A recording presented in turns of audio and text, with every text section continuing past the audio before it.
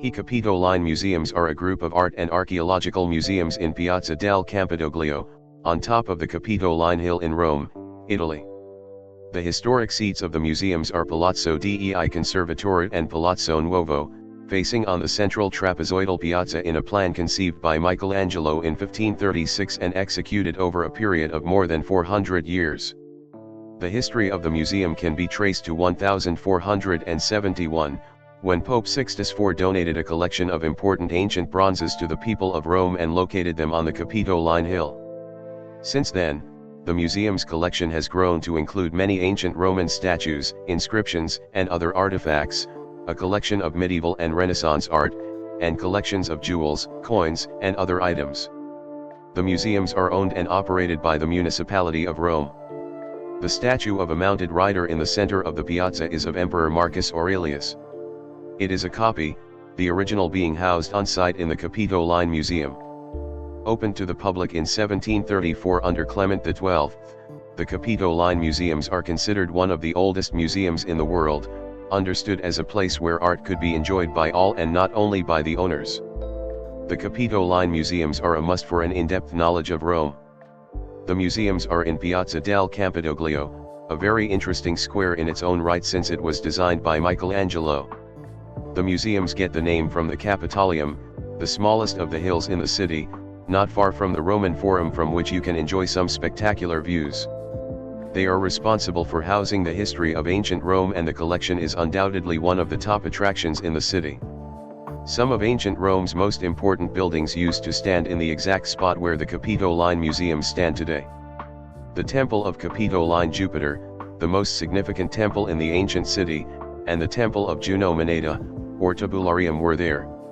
You will have the opportunity to see many of the remains as you walk around the different galleries and exhibitions. The history of the Capitoline Museum started when Pope Sixtus IV decided to bring an end to the pillage of antiques in Rome. In addition to prohibiting exportation of items, in 1471 he created a museum to preserve the city's archaeological heritage. It was created in the Palazzo dei Conservatori, Palace of the Conservators, and the Pope donated a group of bronze sculptures that had previously been stored in the Lateran Palace. It included the famous Capitoline wolf, and this is how the collection began. At the time, it was the world's finest collection of art from ancient Rome, and it has continued to grow ever since. Continuous archaeological excavations meant that new findings were added to the existing collection, and this was bolstered by donations from popes and other great patrons. In fact, the collection grew so significantly that a new storage space had to be built. Michelangelo was commissioned to design a new building next to the Palazzo dei Conservatori and restore the surrounding area. The greatest architect of the time therefore designed the incredibly detailed, almost trapezoidal Piazza del Campidoglio. He also designed the Palazzo Nuovo, new palace, came up with the idea for a new facade for the Palazzo dei Conservatori and added a dual staircase to improve access to the Palazzo del Senatore, senatorial palace, the main building in the square and now the town hall. However, the work progressed so slowly that Michelangelo died before it was completed. His plans continued after his death, and the work was finally completed in the 17th century. The Palazzo Nuovo was opened in 1654, and it was a great relief to have a new space for the huge number of works of art that were in the Palazzo dei Conservatori. The two buildings are linked by an underground gallery, Galleria Lapidaria, that was built in the 20th century. They were officially opened to the public during the papacy of Pope Clement XII in 1734. During the mid-18th century, Pope Benedict XIV continued to grow the Capitoline Museum's collections. He created the Pinacoteca Capitolina, Capitoline Picture Gallery, when he acquired a number of private collections from the Sacchetti and Pio families.